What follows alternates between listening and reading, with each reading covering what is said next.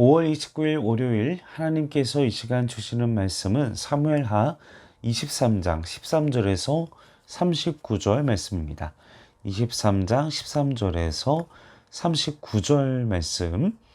또 30두봉 중 세 사람이 곡식을 벨 때에 아둘람 굴에 내려가 다윗에게 나아갔는데 때에 블레셋 사람의 한 무리가 르바인 골짜기에 진쳤더라. 그때에 다윗은 산성에 있고 그때에 블레셋 사람의 요새는 베들레헴에 있는지라. 다윗이 소원하여 이르되 베들레헴 성문교 우물물을 누가 내게 마시게 할까 하며 새 용사가 블레셋 사람의 진영을 돌파하고 지나가서 베들레헴 성문교 우물물을 길어가지고 다윗에게로 왔으나 다윗이 마시기를 기뻐하지 아니하고 그 물을 여호와께 부어드리며 이르되 여호와여 내가 나를 위하여 결단코 이런 일을 하지 아니하리이다. 이는 목숨을 걸고 왔던 사람들의 피가 아니니까 하고 마시기를 즐겨하지 아니하니라. 새 용사가 이런 일을 행하였더라. 또 수르야의 아들 요압의 아우 아비새이니 그는 세 사람의 우두머리라. 그가 그의 창을 들어 300명을 죽이고 세 사람 중에 이름을 얻었으니 그는 세 사람 중에 가장 존귀한 자가 아니냐. 그가 그들의 우두머리가 되었으나 그러나 첫 세 사람에게는 미치지 못하였더라. 또 갑스엘의 용사의 손자 요야다의 아들 브나야이니 그는 용맹스러운 일을 행한 자라. 일찍이 모압 아리의 아들 둘을 죽였고 또 눈이 올 때 구덩이 내려가서 사자 한 마리를 쳐 죽였으며 또 장대한 애굽 사람을 죽였는데 그의 손에 창이 있어도 그가 막대기를 가지고 내려가 그 애굽 사람의 손에서 창을 빼앗아 그 창으로 그를 죽였더라. 여호야다의 아들 분하야가 이런 일을 행하였으므로 세 용사 중에 이름을 얻고 30명보다 존귀하나 그러나 세 사람에게는 미치지 못하였더라. 다윗이 그를 세워 시위대 대장을 삼았더라. 요압의 아우 아사엘은 30명 중에 하나였. 또 베들레헴의 도도의 아들 엘하난과 하롯 사람 사목과 하롯 사람 엘리아가와 발디 사람 헬레스와 드고아 사람 이케스의 아들 이라와 아나돗 사람 아비에살과 후사 사람 무분네와 아호아 사람 살몬과 느도바 사람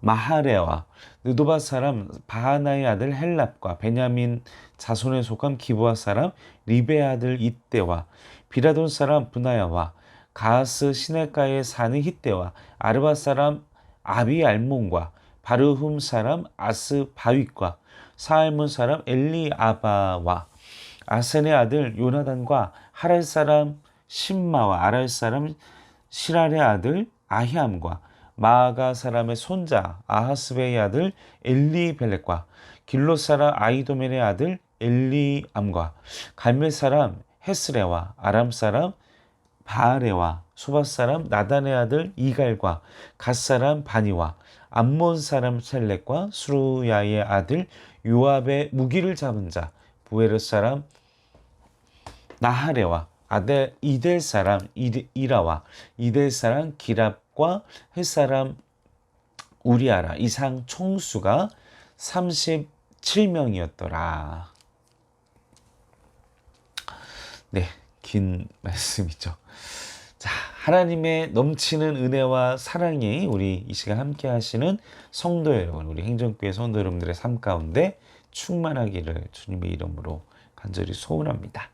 자, 다윗에게 커다란 사건이 있었죠. 지금 커다란 사건입니다. 또 커다란 실수라고도 볼 수 있죠. 그리고 그와 함께했던 수많은 그 장군들, 용사들에 대한 기록이 오늘 본문 말씀에서 13절부터 39절까지 그들의 위대한 일들이 기록되어 있습니다.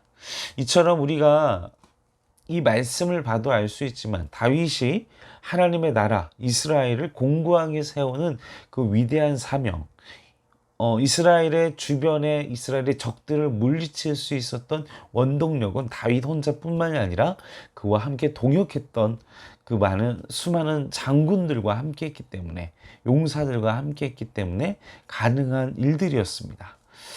하나님은 우리에게 위대한 일들을 감당하게 하시고, 물론 이 위대한 사역이 하나님의 능력으로 다윗과 그의 장군들을 통하여서 역사하셨지만 그 모든 일을 이루시는 분은 하나님이시라는 것. 그러나 또 기억해야 될 것은 다윗 혼자 한 게 아니라는 겁니다. 우리가 스스로 착각할 때가 있습니다. 내가 이뤄놓은 것들이, 그리고 나의 가정이, 나의 삶의 자리 가운데 내가 누리고 있는 것들이 나 혼자 잘 돼서 그런 것이라고 착각할 수 있습니다. 그렇지 않아요. 제가 행한 것들, 우리가 행한 것들, 우리가 이룬 것들, 또 그것으로 우리가 사랑받고 존경받고 또 인정받고 또 내가 누리고 있는 그 모든 것들이 나 혼자 잘 돼서가 아니라 내 주변에 있는, 그리고 나와 함께 일하는 사람들이 함께 눈물을 흘리며 땀을 흘리며 함께 고생했기 때문에 가능한 것이라는 걸 우리 모든 하나님의 백성들은 기억하시기를 바랍니다. 다윗 혼자만 이 위대한 일들을 이룬 것이 아니에요. 또 오늘 본문 말씀에도 다윗의 허물과 약점이 막 드러납니다. 그리고 23장 1절에서 7절 말씀에 보면 앞서서도 여러분 묵상하셨지만 다윗도 알고 있었어요. 자신의 이런 업적들이, 자신의 해온 그 모든 것들이 자신의 능력 밖의 일임을 하나님께서 이제껏 이끌어 주셨다라는 것을 그의 입술을 통해서 고백을 하고 있습니다. 그리고 또 그의 과오와 실수를 이야기하기 전에 그 많은 용사들이 구체적으로 막 소개되고 있죠. 막 300명을 그냥 순식간에. 그리고 거인인 이집트 사람 막 쳐 죽이고 칼자루를 그냥 뺏어서 막 이렇게 여러 가지 에피소드를 가진 수많은 장군들. 자, 그런데 또 28절 말씀에 보면 아브넬에게 죽임을 당해 일찍 세상을 떠날 아사헬, 요압의 동생이 또 여기 나오죠. 그리고 또 39절 말씀에는 다윗이 좀 부끄럽고 다윗이 나타내기 힘든 이름 누구입니까? 바로 우리아가 등장을 하게 됩니다. 자, 성경은요, 역사는요, 승자의 논리가 좀 있습니다. 그래서 자기에게 유리한 것들만 기록을 남기고 불리한 것들, 그리고 흠잡힐 만한 것들, 그리고 자기가 흑역사라고 생각하는 것들은 다 없애버려요. 그런데 이 성경에는 그 모든 흑역사가 다 기록되어 있다는 것입니다. 모든 것이, 그 모든 내용들이 너무 신랄하게, 너무 극명하게 기록되어 있다는 것입니다. 다윗이 아무리 위대한 왕이라 할지라도 그가 실수했던 것, 어떻게 보면요, 정말 못한 부분들이 너무나도 많아요. 이 살인자잖아요, 어떻게 보면. 그리고 그의 모든 치부들 그 다 드러나 있습니다. 다시 말하면 하나님의 말씀은 이 한 사람의 인물의 위대함을 기록한 것이 아니라 인간이 가진 추악함과 그 모든 것들까지도 우리가 보면서 우리 스스로를 돌아보고 반성하고, 또 이 말씀이 인간을 위한, 사람을 위한 것이 아니라 하나님의 나라, 그리고 하나님의 뜻, 그리고 하나님의 말씀을 위한 것임을 기록하고 있다라는 사실을 우리는 말씀을 보면서 이것이 일관된 하나님의 말씀임을 우리는 기억해야 할 필요성이 있습니다. 자, 다시 우리 15절 말씀 보시면 다윗은 어떤 내용을 이야기합니까? 자기의 고향 베들레헴, 그곳을 그리워하죠. 누가 우물물을 마시게 해줄까? 이게 이제 실수를 합니다. 자, 그가 모르겠어요. 그 충성 테스트를 하기 위한 것이었는지, 우리는 이 다윗에게 현장을 가서 물어보지는 못하니까 알 수는 없습니다. 의도가 무엇인지를 알 수는 없지만 그 말 한마디 때문에 이 세 명의 용맹한 장수들이 그냥 그 적진을 뚫고 들어가서 그냥 우물물만, 그 물만 길어서 갖고 나옵니다. 이 얼마나 어처구니 없는 짓입니까?